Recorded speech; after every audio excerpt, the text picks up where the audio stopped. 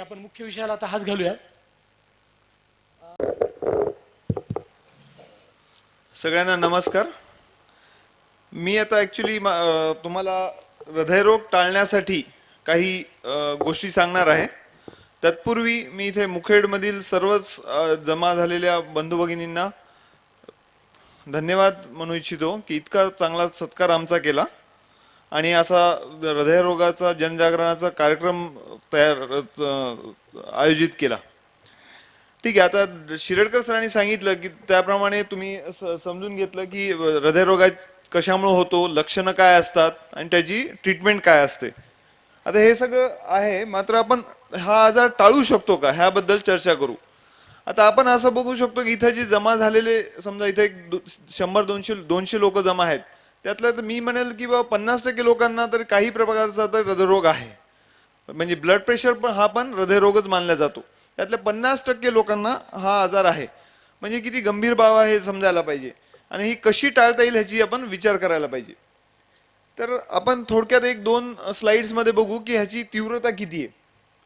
हृदयरोग, diabetes, blood pressure हा ह्याची काय म्हणतात जगातली कॅपिटल भारत देश म्हणलं जातं. जवळपास मागच्या वर्षी 1.2 कोटी लोक हृदयरोगाने गेले भारत देशात. ठीक आहे. जवळपास 6 ते 7 कोटी हृदयरोग पेशंट ऑलरेडी आहेत.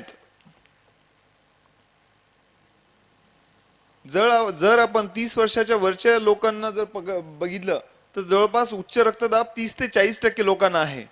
शुगर म्हणजे ब्लड प्रेशर, शुगर, हृदयरोग हे सगळे भाऊ बहीण आहेत. आज एक आला तर दुसरा येणारच. शुगर ही 10% लोकांना आहे आणि हृदयरोग 5 ते 6% लोकांना आहे. तर हे सगळे जे नॉन कम्युनिकेबल डिसीज म्हणतो आपण की बाबा हे म्हणजे आजार, आधीच्या काळात आजार कसे होते, मलेरिया, निमोनिया हे जे कम्युनिकेबल आजार होते, म्हणजे एका माणसाकडून दुसऱ्या माणसाकडे जाऊ शकायचे, एखाद्या जंतूनी व्हायचे. पण ह्याला आपण नॉन कम्युनिकेबल आजार म्हणतो. म्हणजे ह्याला काही असं काही एखादा व्हायरस, बॅक्टेरिया नसतो. हे शरीरात होणाऱ्या बदलांमुळे होतं. आता हे बदल का होतात आणि आपण कसे ते कमी करू शकतो हे आपण बघूयात. त्याची कारणे काय हे आपण शिरडकर सरांकडून ऐकूनच घेतलं तुम्ही. तरी थोडक्यात मला एक सांगायचंय की पुरुष वय 45च्या वर असेल तर त्यांना हृदयरोग होऊ शकतो आणि स्त्री वय 55 वर्षाच्या वर वय असेल तर हृदयरोग होऊ शकतो. आता हा जो आहे काय म्हणतात आकडा 45 आणि 55, हा खरं बघायला गेलं तर वेस्टर्न लिटरेचर आहे.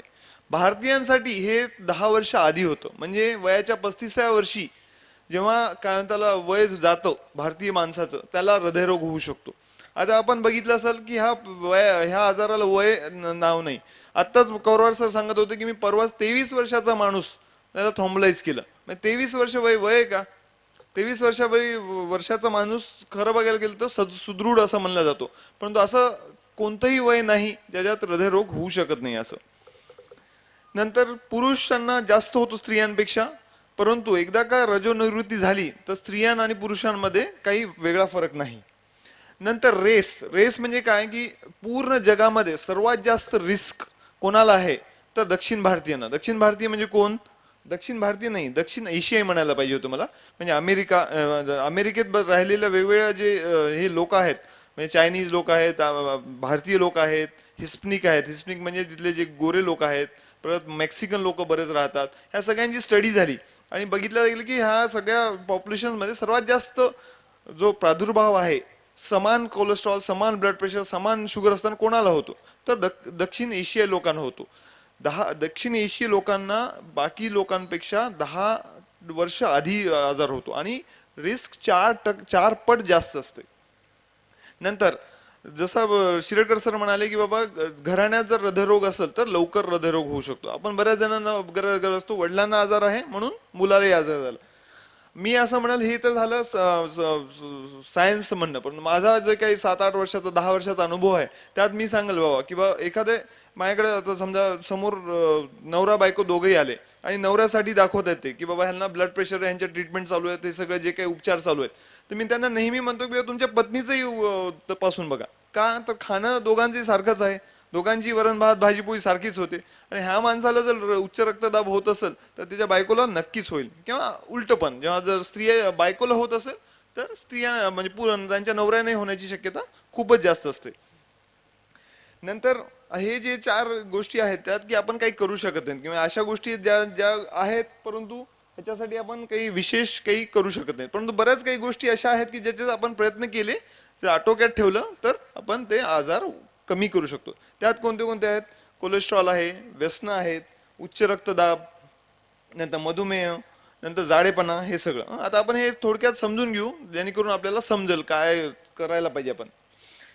हे डॉक्टर आहेत इनास इनास, ऍक्च्युली केरळीत डॉक्टर आहेत आणि 1981ला जेव्हा मी जन्मलोही नव्हतो तेव्हा ते अमेरिकेत गेले एमबीबीएस करून आणि शिकागोमध्ये जाऊन ते कार्डिओलॉजिस्ट बनले, तिथे ते प्रॅक्टिस करतात.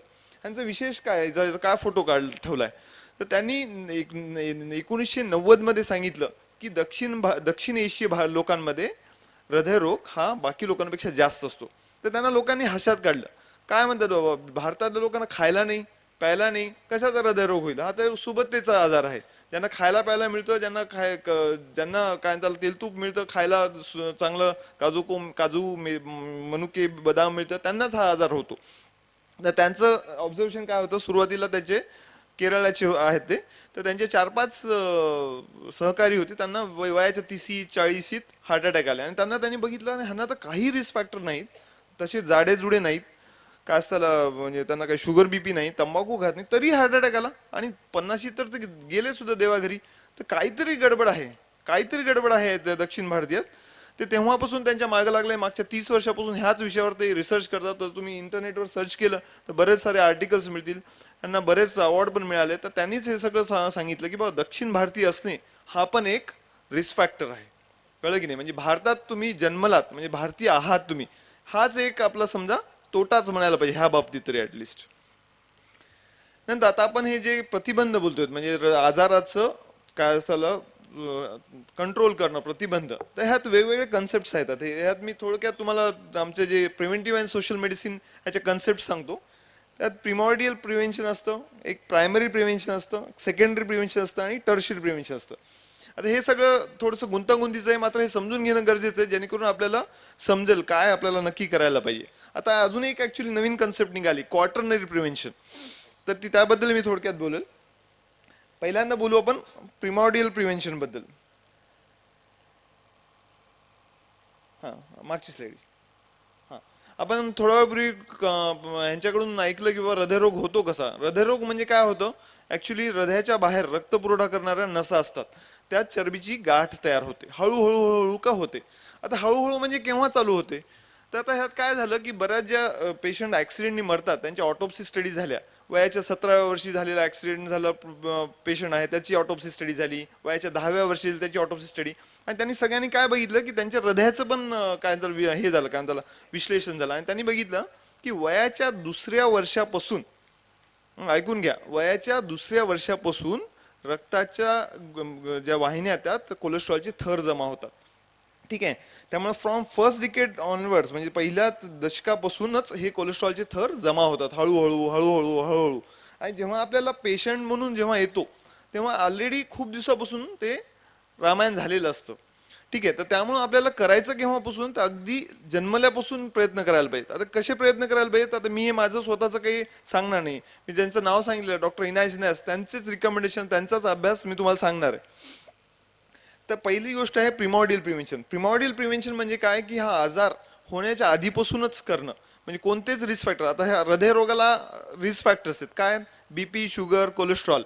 आता हे रिस्क बीपी शुगर कोलेस्ट्रॉलही होऊ देऊ नये, ह्याला म्हणतात प्रिमॉर्डियल प्रिव्हेन्शन. म्हणजे रिस्क फॅक्टर्स येण्याच्या आधीच आपण प्रयत्न करायचे. आता ते कसे केले जातात, तर अशा कार्यक्रमातून जेव्हा जनजागरण होतं, चळवळी होत्यात, लोकांचे काय त्याला एज्युकेशन होतं, गव्हर्नमेंटचंही बऱ्याचदा काय त्यात हे पाहिजे, काय त्याला इनिशिएटिव्ह पाहिजेत. गव्हर्नमेंटचे इनिशिएटिव्ह कसं की बाबा खाण्यापिण्याच्या सवयी बदलायला पाहिजेत, काही गोष्टी विकायला नाही पाहिजेत. आता मला सांगा की तंबाखू आणि दारू हे काय खरं गोष्टी केलं तर विषापेक्षा वाईट आहेत, पण तरी पण विकल्या जातात ना. तर त्या न विकणं, परत फास्ट फूडवर बंदी करणं किंवा फास्ट फूड दिल्यानंतर जसं आपण काय त्याला US मध्ये आता नवीन काय झालं की जसं आपल्याकडे बघतो की 18 वर्षाच्या खालच्या लोकांना तंबाखू दिला जात नाही, तसं US मध्ये आता काय झालं की 18 वर्षाच्या खालच्यांना तुम्हाला फास्ट फूड दिलंच जात नाही. का तर लोक जाडे होत आहेत, मोठे होत आहेत, ते सगळं. ठीक आहे, त्यामुळं हे जे आहे की बिहेवियर चेंज करायचं, म्हणजे कसं की वागायची खायची राहायची पद्धतच बदलावं लागते, तरच हे जे काही कांद्याला अजगराचं स्वरूप घेऊन आलेलं आजार आहे, आजाराचं जे काही पॅन्डेमिक आहे खऱ्या अर्थाने. आता आपली इथं चर्चा कशाची व्हायला लागली पेपरमध्ये, कोरोना व्हायरसची. आता खरं बघायला गेलं तर कोरोना व्हायरसने किती लोक मेलेत, त्याच्यापेक्षा जास्त लोक, म्हणजे आता समजा 20,000 लोक मेले असते समजा, आता मी जास्तच आकडा सांगितलं, एक सांगितलं 20,000 आकडा, तेवढे लोक तर एका तासात मरतात हो, एका तासात. कळलं की नाही, जेवढे जे कोरोना व्हायरसने आत्ता पण मारले ते. पण चर्चा कशाची होती, ज्या फॅन्सी गोष्टी मिथ म्हणजे ह्या त्याची होती. जे खरंच गोष्टींनी परेशान आहे लोक, अर्धे लोक जाणार आहेत आज न उद्या, त्याच्याबद्दल चर्चा होतच नाही. ठीक आहे, पुढची स्लाईड. तर प्रिमॉडियल प्रिव्हेन्शन मध्ये काय करायला पाहिजे, नेक्स्ट स्लाईड.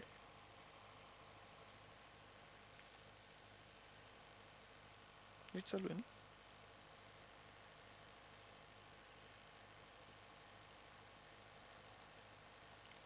तर प्रिमॉडियल प्रिव्हेन्शन म्हणजे काय, मला एक सांगायचं काय की बाबा हे मी आता ह्याच्या पुढच्या स्लाइड्स येते इथले माहिती, की म्हणजे बाळ जेव्हा अगदी लहान असतं, लहान म्हणजे किती वर्ष 2 वर्षाचं असतं, तेव्हा प्रथम दशकात काय खरं. आता तुम्ही हे बघा, हे फोटो काढलेले माझ्या ओपडीतलेत. वरचा तर ठीक इंटरनेटवरून घेतला, खालचा एका माझ्या पेशंट आला होता कालच, त्याचा मुलगा, त्याचं बाळ, त्याला आता काय खायला काही नाही म्हणून एक कुरकुरेचं पाकिट दिलं, पॅकेज फूड. लहानपणी लहानाच्या वर्षाचे 1-2 वर्षापासून आपण अशा सवयी देतो की बाबा पॅकेज फूड खा. त्यात भयानक म्हणजे काय झालं, ट्रान्स फॅट्स असतात, म्हणजे काय असेल कोलेस्ट्रॉल जास्त असलेलं फूड असतं, कधी बनवलेलं असतं काय माहिती नाही. आणि ठीक आहे, त्यांनी पोट भरतं तेव्हा पुरतो. मात्र कसं आता पोट भरणं हा कसा कन्सेप्ट आहे बघा. आता म्हणजे आपल्या ह्याच्यात स्टमक असतं, स्टमक म्हणजे काय की जठर असतं, जठरामध्ये तुम्ही काही टाकला तर पोट भरल्याचं फिलिंग येतं माणसाला. ठीक आहे, तर तुम्ही काय टाकता ते फार महत्वाचं आहे. म्हणजे समजा एक 50 ग्राम वस्तू कोणती टाकली तर पोट भरणार असतं, त्या 50 ग्रामची कॅलरी किती आहेत ते फार महत्वाचं असतं. समजा आता जाडे लोकांचं नेहमी म्हणणं असतं की आम्ही काही खात नाही तरी पण जाड होतो.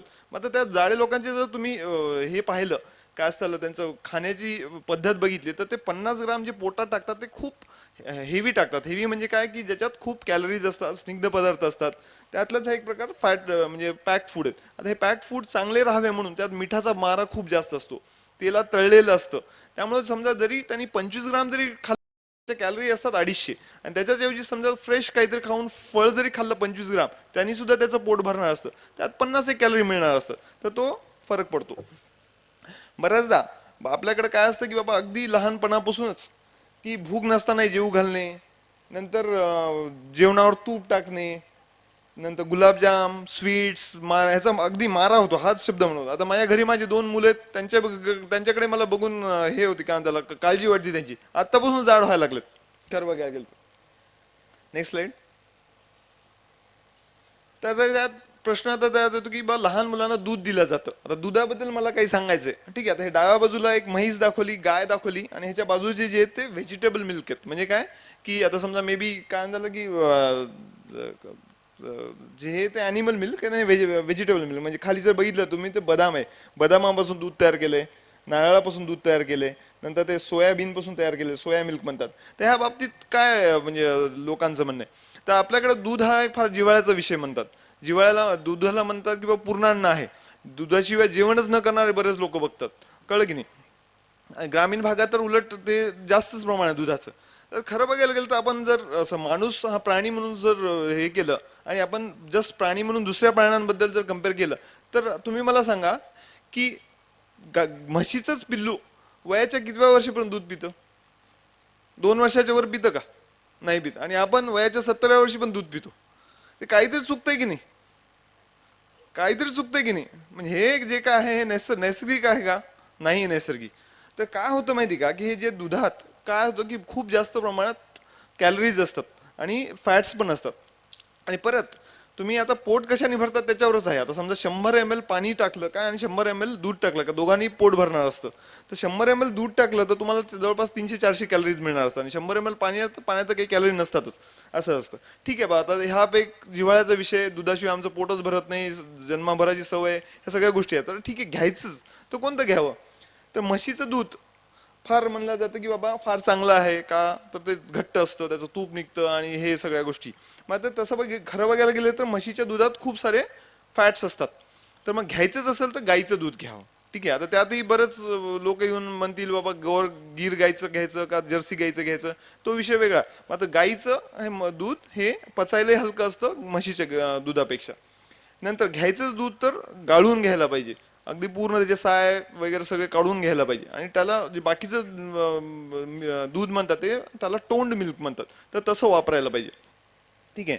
आता बऱ्याच लोक एक नवीन कन्सेप्ट आली, व्हेगन डाएट म्हणतात. व्हेगन डाएट म्हणजे काय, दूध आणि दुधाचे पदार्थ म्हणजे अॅनिमल फॅट्स काहीच घ्यायचे नाही, अॅनिमल प्रोडक्ट्स काहीच घ्यायचे नाही.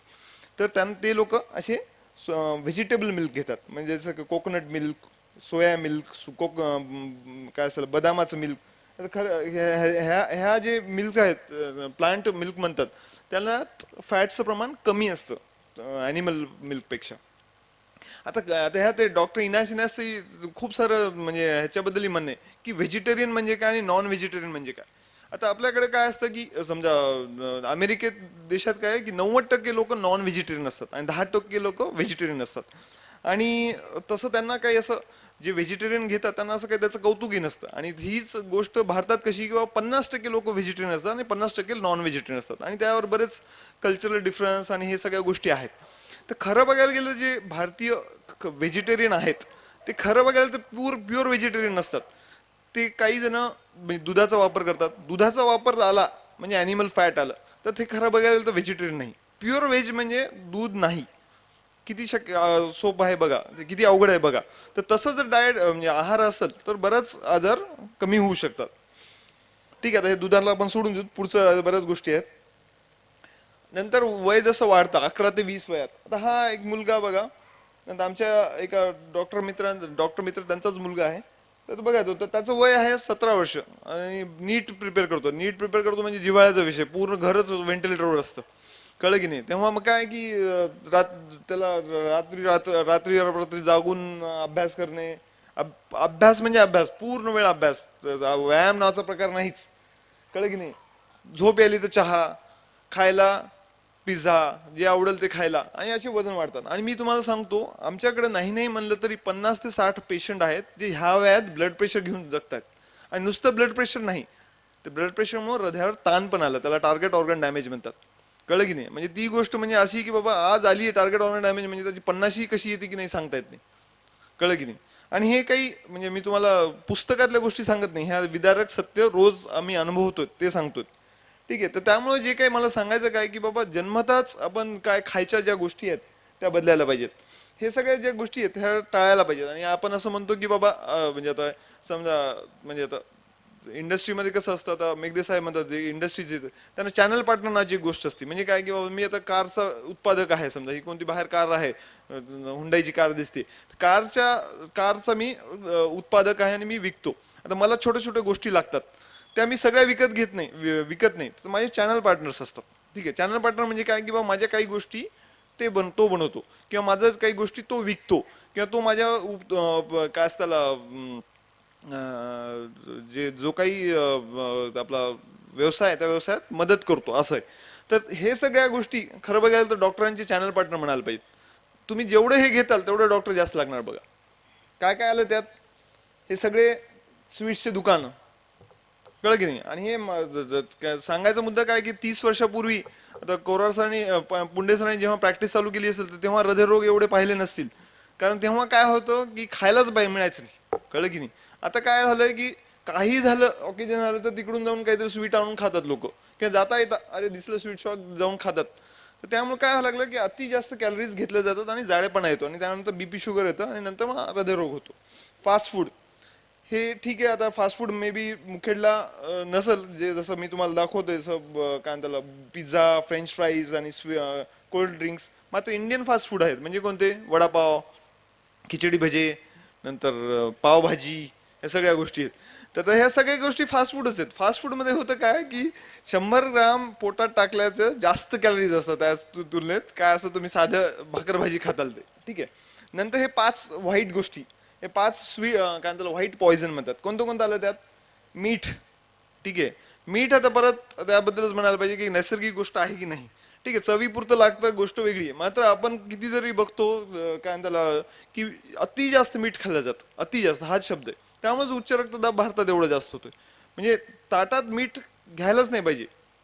जर लागलं तर मागून घ्यायला पाहिजे. मात्र आपलं भारतीय स्टाईल कशी असती, जेवढी चटणी तेवढं मीठ बाजूला ऑलरेडी येतं, कळलं की नाही, ते चूक आहे. नंतर काय, दुधाबद्दल तर आपण भरपूर बोललो. नंतर आहे साखर. आता हे साखर सम्राटांनी जे काही मागच्या 30-40 वर्षात गोंधळ घातलाय, आता सॉरी इथं असतील काही, परंतु एक हा म्हणजे बोलण्यात ओघात आले, तर त्यामुळे सुद्धा मी म्हणेल की बाबा हे सगळे आजार वाढले आहेत. कारण 40 वर्षापूर्वी साखर हे फक्त मे बी दिवाळीत आणायची, किंवा महिन्याला एका माणसाला अर्धा किलो वगैरे लागायची. आता एकेका माणसाला एकेका महिन्याला 2-2 किलो साखर लागते. साखरचं होतं काय, परत कॅलरीज रूपांतर, फॅटमध्ये रूपांतर, मग परत कोलेस्ट्रॉल आणि परत हृदयरोग. पाचवी वाईट वाईट गोष्ट कोणती, मैदा. मैदा आणि मैद्याचे पदार्थ, ठीक आहे. आणि त्यात एक चौथी राहिली ती भात.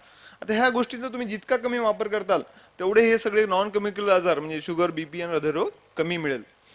नंतर दुधाचे वेगवेगळे अजून त्याच्या फॅन्टसीज म्हणजे स्वीट्स, बालुशाही, नंतर रबडी, काय ते कलाकंद, गुलाबजाम, नंतर रसगुल्ला, हे सगळ्या गोष्टीत अतिशय जास्त कॅलरीज असतात, अतिशय जास्त फॅट असतात. होईल तेवढं कमी खाल्लं पाहिजे. जर कमी खाल्लं तर हे आजार कमी होऊ शकतात. नंतर तो माणूस जातो, विशी कशी तरी काढली, कशी तरी का म्हणतोय, कारण खरंच आता अवघड झालंय माहिती का. नंतर 20 ते 30 मध्ये आता काय होतं बाबा, त्याला शिक्षण वगैरे झालं, नोकरी वगैरे लागती, त्याला थोडी सुबत्ता येते, एखादं काही लोकांचं लग्नही होतं. नंतर त्याला लग्न झालं, थोडी स्थिर स्थावरपणा येतो, आणि त्याला काय होतं, शारीरिक श्रमाची कमतरता होते. त्याला काय होतं की सकाळी उठला की कसं तरी आंघोळ बिंगोळ करून तो माणूस बाईकवर बसून ऑफिसला, ऑफिसमध्ये येऊन परत येऊन बाईकवर घरी. शारीरिक श्रम नाहीच, अजिबात नाही, कळलं की नाही. नंतर येता जाता भूक लागली तर वडापाव हे ते आहेच, त्याला हे करायला. आणि सर्वात महत्वाचं म्हणजे व्यसनाची सुरुवात होती ह्या वयातच. आता ह्या सगळ्यामुळे परत मी तुम्हाला सांगितलं ते चक्र चालू होतं. ह्या सगळ्यामुळे बीपी होतो, शुगर होती, कोलेस्ट्रॉल होतो, आणि शेवटी सगळ्यांचं रूपांतर हृदयरोग होतं, आणि नंतर मग देवाघरी जायची वेळ येते. ठीक आहे. तर सांगायचा मुद्दा काय की एकदा का हृदयरोग झाला तेव्हापासूनच पथ्य करा, तेव्हापासून हे खा, हे तेव्हापासून हे करू नका, हे चुकीचं आहे. आपली सवयच बदलायला पाहिजे, तरच शक्य होतं, तितकं सुलभ होतं, आणि हे काय त्याला काय त्याला शिक्षा झाल्यासारखं वाटत नाही. नंतर हे शिरडकर सर बोलले स्मोकिंग बद्दल. आता स्मोकिंग काय दाखवलं ह्या फोटोमध्ये, एक सिगरेट दुसऱ्या सिगरेटला माणसं देती, कळलं की. म्हणजे काय, आपण माणूस एका माणसाला सिगरेट देत असतो, परंतु खरं बघायला गेलं तर सिगरेटच आपल्याला मारत असते, कळलं की नाही. आता सिगरेटमुळे होतं काय, आता सिगरेट जेव्हा मी सगळ्यांना सांगतो की बऱ्याचदा पेशंट येतात की चेकअप करायला, का तर मला सिगरेटची सवय, आणि मी चेकअप करायला आलो, मला बरं की नाही बघायचं. तर मी सगळे कोलेस्ट्रॉल बघेल, त्यांचं इको काढाल, ट्रेडमिल करेल, सगळं करल, आणि त्यांना सांगू शकतो की बा आत्ताचे रिपोर्ट बरे आहेत. मात्र जर तुम्ही जाताना सिगरेट घेतली तेव्हाही तुम्हाला हार्ट अटॅक येऊ शकतो, इतकं भयानक आहे. म्हणजे प्रत्येक वेळेस माणसाने सिगरेट घेतली तेव्हा हार्ट अटॅक येऊ शकतो. आणि सिगरेट म्हणजे सिगरेट नाही, बिडी आली, सगळेच आले त्याचे भाऊ बहीण. प्रत्येक वेळेस बिडी घेतली तेव्हा हार्ट अटॅक येऊ शकतो. आपल्याला बऱ्याचदा माहित असतं की सिगरेट बिडीमुळे कॅन्सर होऊ शकतो, पण कॅन्सर नंतर होतो, 20 वर्ष घ्यावं लागते त्याला, त्यानंतर होतो. आत्ता म्हणजे आत्ता जर सिगरेट घेतली तर आत्ता पडू शकता तुम्ही, हे जाणून घ्या, ठीक आहे. तर बिडी सिगरेट हे गोष्टी काय त्याला विषापेक्षाही वाईट आहेत. का विषापेक्षा वाईट आहेत, आता आपण बरंच बघतो किंवा पेपरमध्ये गाजतं की बाबा एखादा शेतकरी वैफल्यहीन झाला आणि विष घेऊन आला आमच्याकडे, तर आम्ही काय म्हणतो, पेशंट आमच्याकडे येऊ द्या, एकदा का आलं की तो मरणार नाही ह्याची आम्ही काळजी घेतो. एक सरासरी 99% पेशंटला वाचवतो, आणि एका महिन्यात त्याच्या अंगातलं सगळं विष काढू शकतो. हा, खरं बघायला तर विष, नावालाच विष, आणि पेपरमध्ये येतं एवढी मोठं, म्हणजे सगळ्यांना त्याचं कौतुक, विष आहे आणि माणूस मरू शकतो. पण मी सांगतो त्याच्यापेक्षा वाईट आहे सिगरेट बिडी. का तर तुम्ही जर तंबाखू खाणारे असताल आणि माझ्याकडे आलात तर मला त्याची ट्रीटमेंट नाही ते काढायचं. डॉक्टर म्हणून मी त्याच्यातला सिगरेट बिडी तंबाखू अंगातून काढू शकत नाही. 2 वर्ष तुम्ही जर सिगरेट बिडी सोडली त्यानंतर त्याचे इफेक्ट जातात, इतकं वाईट आहे. आणि हे खुलेआम विकलं जातं, सरकार त्याच्यावर काय म्हणतात टॅक्सही घेतं, आणि ॲडव्हर्टाईजही चालते. तर ते खरं बघायला तर विचार करायचा विषय आहे. तर आता सिगरेट म्हणजे फक्त सिगरेट नाही, ह्या दुकानातलं काहीही जे, आणि बऱ्याच जणांना विचारतो आम्ही, तंबाखू खाता का, तंबाखू खात नाही साहेब, फक्त मटेरियल खातो. ते सगळं ते एकच झालं बाबा. मटेरियल काय, तंबाखू काय, चैनी खैनी काय, जे काही ह्या दुकानात मिळतंय सरासरी हे विषच, ठीक आहे. नंतर आला प्रश्न दारूचा. हे पण समाजमान्य व्यसन मानलं जातं. पण खरं बघायला गेलं तर दारूमुळं खूप जास्त साईड इफेक्ट होतात. आपल्याला बऱ्याचदा माहित असतं की दारूमुळं लिव्हर खराब होतो. मग आता लिव्हर खराब व्हायला खूप दारू प्यावं लागते. कमी दारूतच सगळे बाकीचे अवयव जातात. त्यामुळं हे सगळे नकोच. आणि बऱ्याच काय स्टडीज असतात की बाबा थोडी दारू चांगली असते बाबा. आता थोडी दारू आणि जास्त दारू ह्यात काही फार फरक नाही बरं काय. त्यामुळे ते त्याच्या मार्गी न लागलेलंच बरं. लक्षात घ्या, दारूमुळं सिरोसिस होतो हे सगळ्यांना माहिती आहे. दारूमुळे मेंदूला डॅमेज होतो, दारूमुळे किडनीवर डॅमेज होतो आणि हार्टवर डॅमेज होतो. त्याच्या उपर दारूमुळं एक्सेस कॅलरी जातात, वजन वाढतं, ब्लड प्रेशर वाढतं, असं ह्याच्यावर वेगळं एक व्याख्यान होऊ शकतं. त्यामुळे दारू, बिडी, सिगरेट हे जर चांगलं जगायचं असेल तर दूरच राहिलेलं बरं.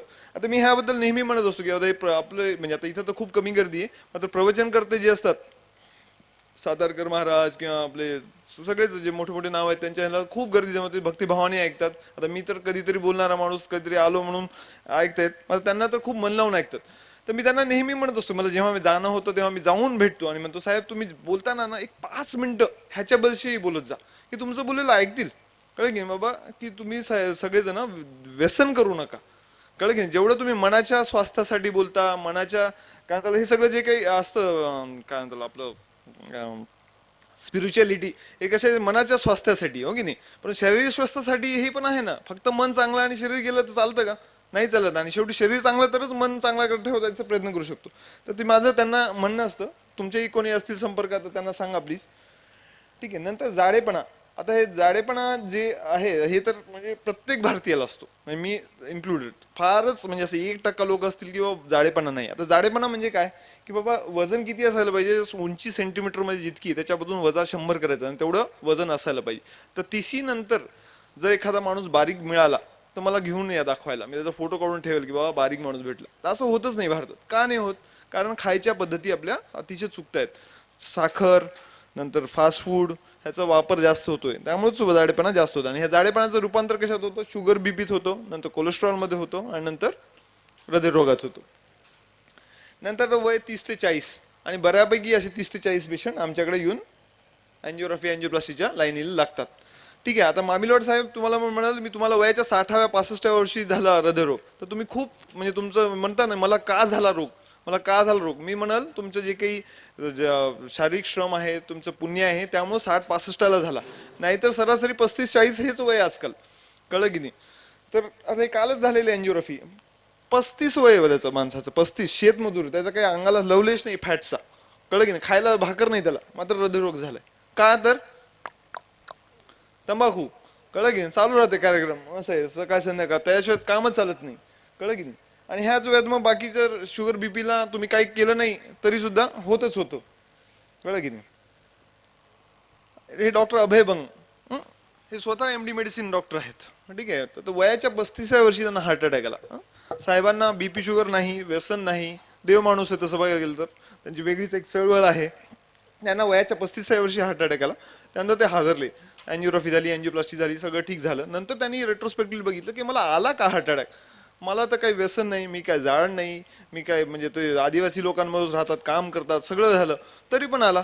तर त्यांनी बघितलं रेट्रोस्पेक्टिव्हली की बाबा ठीक आहे, सगळं हे पुस्तकात लिहिलेलं की ह्या जे कन्व्हेन्शनल रिस्क फॅक्टर्समध्ये मी काय त्याला बसत नाही, परंतु माझ्या खाण्याच्या पद्धतीमध्ये तुपाचं प्रमाण जास्त आहे, गोडचं प्रमाण जास्त आहे आणि त्यामुळे कोलेस्ट्रॉल हे सगळे जे ते खूप वाढून आहेत. आता हे जे कोलेस्ट्रॉल वाढतं हे भारतीयांसाठी एक वेगळंच व्हॅल्यूज आहेत. आता जे काही टिपिकल आपण बरेच पेशंट बघतो की बाबा कोलेस्ट्रॉलचे रिपोर्ट घेऊन डॉक्टरांकडे येतात आणि बघतात की अरे हे जे लेवल दाखवलंय त्याच्यापेक्षा तर माझं कमी आहे साहेब, तुम्ही मला गोळी देऊ नका आणि काही सांगूही नका. मात्र खरं बघायला गेलं तर भारतीयांसाठी हे जे सगळ्या व्हॅल्यूज आहेत ह्या गौण आहेत. प्रत्येक माणसाला, प्रत्येक भारतीयाला मी तर म्हणेल की कोलेस्ट्रॉलचा आजार असतोच. कळलं की नाही. असं आहे ते. आता मग कसं असावं जेवण. ठीक आहे. हे मी तुम्हाला दाखवलं डाव्या बाजूचं टिपिकल जेवण, जे मे बी आता हे थोडंसं जास्तच फोटोजेनिक आलं किंवा राजस्थान थाळी वगैरे. आता एक सरासरी वरण भात भाजी पोळी, थोडासा रायता, 3-4 चटण्या, निंबू मीठ हे सगळंच असतं. एखादा गोड पदार्थ आहेच आहे. म्हणजे आधी काय व्हायचं, माझी आई नेहमी म्हणती, आठवून काढत की बाबा गोड हे फक्त दिवाळीत व्हायचं किंवा सणाला व्हायचं. सण म्हणजे कोण, होळी आणि दिवाळी, असे दोनच. आजकाल कोणी सोयरायला तरी गोड, आज रविवार आहे म्हणूनच गोड, आज खावं वाटतं म्हणून गोड, हे चालूच असतं. त्याला काही हेच नाही. तर त्यामुळे सगळं होतं. तर कसं असावं कसं कसं असावं जेवण हे मधल्या थाळीसारखं. पण मी म्हणाल मधल्या थाळीत काहीतरी गडबड आहे. ही आहे चपाती आणि ही आहे भाजी. त्या चपातीला तूप नाही काही नाही, भाकर किंवा चपाती असायला पाहिजे. पण इथं एक गोष्ट आहे ती आहे चटणी. तर चटणी पण नसावी, असेल गरज तरच घ्यावी. पण माणसाला आपल्याकडे चटणी भाकर चटणी आणि ठेच्याशिवाय जेवणच जात नाही. तर असावी जेवण तर असं. आता आपल्याला वाटतं की असं कुठं जेवण असतं का. आता माझे बरेच भाऊ असतात, मी मी आता असं जेवतो बरं का खरंच. तर माझे मित्र, अरे कशाला डॉक्टर झाला रे म्हणे, एवढंच खायचं असेल तर खायचं होतं तर कशाला डॉक्टर म्हणणार असंच मिळतं म्हणे ते. म्हणलं बाबा तू नंतर पेशंट होऊन माझ्याकडे येशील तेव्हा म्हणशील म्हणलं की आता असं जेवून काय फायदा होतो माहिती का. आणि आहे तो ऑलरेडी पेशंट झाला, शुगर बीपी सगळं झालं वयाच्या 30व्या वर्षीच असं आहे. ठीक आहे. नंतर प्रश्न येतो की आता ठीक आहे, आता हे की खायला काय पाहिजे काय नाही, किती खायला पाहिजे, सगळा विषय झाला. हा नेहमीचाच प्रश्न असतो की कोणतं तेल वापरायचं आणि किती वापरायचं. तर मी म्हणाल बाबा कोणतं तेल वापरणं हे फार मोठी गोष्ट नाही, किती तेल वापरणं हेच फार महत्वाचं आहे. तर ह्या तेलामध्ये आता हे मराठीत नाही लिहिलं सॉरी मी, मात्र मला ते जमलं नाही. तर ऑलिव्ह ऑइल सर्वात चांगलं म्हणलं जातं हृदयासाठी. त्यात सर्वात जास्त पुफा कंटेंट जास्त असतो. नंतर जे सॅच्युरेटेड फॅटी ऍसिड्स कमी असतात. मात्र हे ऑलिव्ह ऑइल मिळायला सोपं नसतं, महाग असतं आणि आपल्याला त्याची चव पण नसती. त्यामुळं काय चांगलं आहे, सनफ्लॉवर आणि सोयाबीन ह्या दोघांमध्ये फार काही फरक नाही. सोयाबीन आणि सनफ्लॉवर कोणतं पण तेल वापरू शकतो आपण. मात्र किती वापरायला पाहिजे हे फार महत्वाचं आहे की अर्धा किलो एका माणसाला एका महिन्याला लागायला पाहिजे. आता ही गोष्ट खरं बघायला गेलं तर तुम्ही घरी जाऊन बघा की तुमच्या पत्नींना विचारा की किती लागतं काय नाही, आणि त्याहून हे काढा म्हणजे तर्क काढा. मला नाही वाटत की कोणाकडेच म्हणजे असं माहीत असूनही 1 लिटरच्या खाली म्हणजे हृदयरोगांकडे पेशंटकडे सुद्धा 1 लिटरच्या खाली वापरत असतील म्हणून. पण खरं बघायला तर अर्धा किलो लागायला पाहिजे. ठीक आहे. नंतर करडी शेंगदाणा कोकोनट ऑइल तर बिलकुलच वापरायला नाही पाहिजे. त्यात बऱ्यापैकी ट्रान्स फॅट्स असतात आणि ते काही चांगलं नसतं. त्यामुळे सनफ्लॉवर सोयाबीन तर आपल्याकडे भरपूर मिळतं, ते काही वापरायला हरकत नाही. फक्त अर्धा किलो हे माहीत असायला पाहिजे. नंतर बराच प्रश्न येतो की मांसाहार करावा का किती करावा. हे फार जिव्हाळ्याचा विषय असतो प्रत्येकाला. जे मांसाहारी असतात त्यांना तर साहेब ते नॉनव्हेज कधी खायचं साहेब त्याचं फार हे असतं. तर आता खरं बघायला गेलं तर मांसाहार स्वतः तर एवढा काही वाईट नसतो, मात्र खायची एक पद्धत असायला पाहिजे. काय असतं की भारतीय लोकांना मांसाहार खायचं म्हणजे काय की रात्री त्यात काय त्याला बटर टाकून ठेवायचं, नंतर उद्या सकाळी त्याला तळायचं, मीठ आणि तेल असलेली करी खायची. तर ते ऍक्च्युली मीठ तेल ह्याचाच प्रॉब्लेम जास्त आहे आणि त्याच्यावरच्या स्किन जर खाल्ली तर फॅटचा प्रॉब्लेम आहे. खरं बघायला जर लीन फॅट खाल्लं ते फिशचं आणि चिकनचं तर ते काही वाईट नाही आहे, उलट चांगलंच असतं. लीन मीट म्हणजे काय की त्याची पूर्ण स्किन काढली पाहिजे, ब्रेन आणि लिव्हर बिलकुल नसायला पाहिजे आणि ते बॉईल करून खायला पाहिजे. आता हे शक्य नाही, मी खरं सांगतो भारतीय लोक तर खाऊ शकत नाहीत असं. ठीक आहे ना, त्यापेक्षा टाळलेलाच कधीही बरं. नंतर स्वभाव कसा असायला पाहिजे. आता शिरडकर साहेबांनी सांगितलं तसं पर्सनॅलिटी टाईप बी किंवा सी असायला पाहिजे, टाईप ए नसायला पाहिजे. ए म्हणजे काय की ॲम्बिशियस ॲग्रेसिव्ह आणि ऍक्टिव्ह. म्हणजे काय की बाबा ज्याला असं काय त्याला मला हे पाहिजेच, माझं मी ऍडजस्ट करू शकत नाही, इतकं मी टार्गेट घेतलं तेवढं काय तर करायलाच पाहिजे, मला नीटमध्ये परीक्षा भागायलाच पाहिजे, माझा इतका पगार असलाच पाहिजे. हे सगळ्या ज्या गोष्टी आहेत ना ह्या होईल तेवढ्या टाळायला पाहिजे. ह्यानी काय होतं म्हणजे सायंटिफिकली बेसिसली सांगायचं म्हणलं तर त्यांनी नॉर्डलिन ॲड्रेलिन नाचे जे हॉर्मोन्स सिक्रिट होतात आणि त्या सगळ्यांनी परत हे सगळे आजार होतात. आता माझं संपत आलंय, झाले 33 मिनिटं.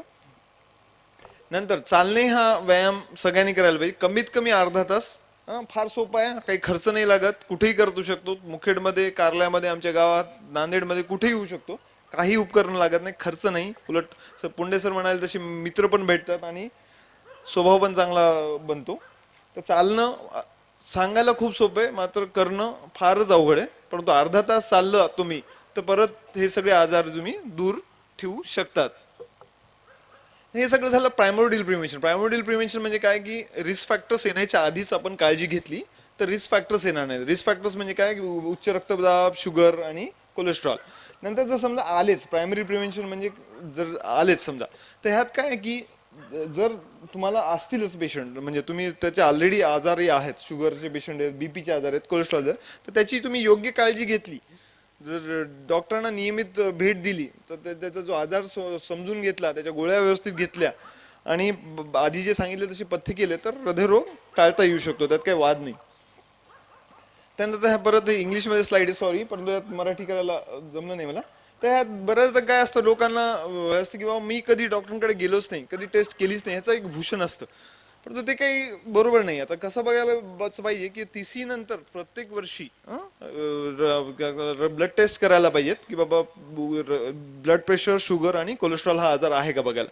ते वर्षातून एकदा, जसं आपण कोणती कार बाईक असती त्याचे मेंटेनन्स जसं असतो तसं शरीराचं मेंटेनन्स असतं किंवा डॉक्टरांकडे जाऊन, तसं काही फार मोठ्या डॉक्टरांकडे जावंही लागत नाही. BMS MBBS डॉक्टरही करू शकतात किंवा आहे की नाही बघणं हे गरजेचं आहे. कारण ह्या आजारांच्या सुरुवातीला काहीही लक्षण नसतं, त्यामुळे वर्षातून एकदा चेक करणं. नंतर मला हे ॲलोपॅथिक औषधं आवडतच नाहीत असं म्हणणारे बराच मोठा क्लास आहे, की बाबा मला हे औषध घेतल्याने माझी किडनीच खराब होईल असं वाटतं. मात्र खरं सांगू, हे उलट जर तुम्हाला आजार असेल आणि हे गोळ्या घेतल्या नाहीत तर किडनी खराब होण्याची शक्यता आहे. त्यामुळे हे औषधं जे काय आहेत ॲलोपॅथीची, आपण कोणतीही एकही टॅबलेट देत असताना डॉक्टर 10दा विचार करेल तुम्हाला की देण्यापूर्वी. आणि तुम्हाला फायदा होणार असेल तरच देईल, तोटा हा कमी असेल तरच देईल. ठीक आहे, साईड इफेक्ट असतात, नाही असं नाही, मात्र ते साईड इफेक्ट्स आहेत ते अतिशय नगण्य आहेत, फायदा खूप आहे. त्यामुळे जर दिल्या असतील गोळ्या तर घेणं गरजेचं आहे जर आजार टाळायचा असेल तर. नंतर बऱ्याच ब्लड प्रेशर बद्दल मला तर एक असं, जे आता आपण अर्धा तासाचं टॉक दिलं तेवढं परत द्यावंसं वाटतं की हा अतिशय बदमाशाने काय त्याला चालू आजार आहे किंवा रोज काही त्रास होत नाही, मात्र असतो आत आणि अवयवांना वेगवेगळा तो डॅमेज करत असतो. तर ते टाळण्यासाठी आपल्याला औषधं घेणं गरजेचं आहे. तर उच्च रक्तदाब मध्ये मी तुम्हाला सांगितलं सर, 40% जनसंख्या ही उच्च रक्तदाब ची पेशंट असते. म्हणजे वयाच्या 40 नंतर 40%, म्हणजे आता समजा तुम्ही चालण्याचा ग्रुप असेल, समजा सकाळी 10 लोक आहेत, वय तुमचं सरासरी 50 असेल, तर तुम्ही सगळ्यांचं जर बीपी बघितलं तर 50% लोकांना बीपी असतो. परंतु बऱ्याच लोकांना काय असतं, मला बीपी नाही असं याचंच कौतुक असतं. खरं बघायला तर मी नेहमी म्हणतो की भारतात जर म्हणत असेल कोणी किंवा मला बीपी नाही, वयाचं 50 वर्ष वय, तर त्याला सरासरी त्यांनी बीपी बघितलं नसतं, हेच कारण असतं. बीपी नाही हे नसणं हे स्वतःहून एंडोर्स नाही करायला पाहिजे, डॉक्टरांनी सांगितलं तरच ठीक आहे. आणि जर असेल बीपी तर त्याच्या गोळ्या घेऊन त्याचं काय त्याला बीपी 130-80च्या खाली असायला पाहिजे. आता हे टार्गेट ब्लड प्रेशर लेस दॅन 130-80 खरं बघायला गेलं तर फक्त 10% पेशंटचं असतं, म्हणजे होतच नाही कंट्रोल. कारण पेशंट काय होतं, त्रास नसल्यामुळे जात नाही, असेल तर गोळ्या घेत नाही, गोळ्या घेतलेल्या अर्ध्या गोळ्या घेतो, सांगितलं तर येत नाही परत. आता सगळा गुंता वाढतच जातो असं आहे. हे झालं उच्च रक्तदाबाबद्दल. तसंच शुगर बद्दल आहे. शुगर जर असेल तुम्हाला तर ते नियमित कंट्रोल ठेवणं गरजेचं आहे गोळ्यांनी आणि बाकी चालणं फिरणं आणि आहारातल्या नियमांनी. आहारातले नियमन आणि चालणं फिरणं हे 50% ट्रीटमेंट आणि 50% ट्रीटमेंट गोळ्या आहे.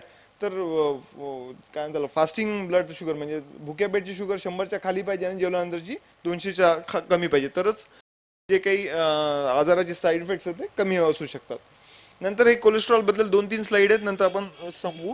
कोलेस्ट्रॉल बद्दल बरंच काय म्हणतात तसं जनजागरण झालं आहे. बरेच पेशंट कोलेस्ट्रॉलचा रिपोर्ट काढून येतात, आता त्याचं काय म्हणतात इंटरप्रिटेशन मात्र स्वतःच करतात, ते डॉक्टरांना विचारायच्या भानगडीत पडत नाहीत. तर कोलेस्ट्रॉल म्हणजे काय असतं, कोलेस्ट्रॉल म्हणजे काय की फॅट्सचे हे असतात, काय त्याला ड्रॉपलेट्स असतात, ते पूर्ण शरीरात फिरतात, शरीरात पूर्ण मेद फिरवण्याचं त्यांचं काम असतं.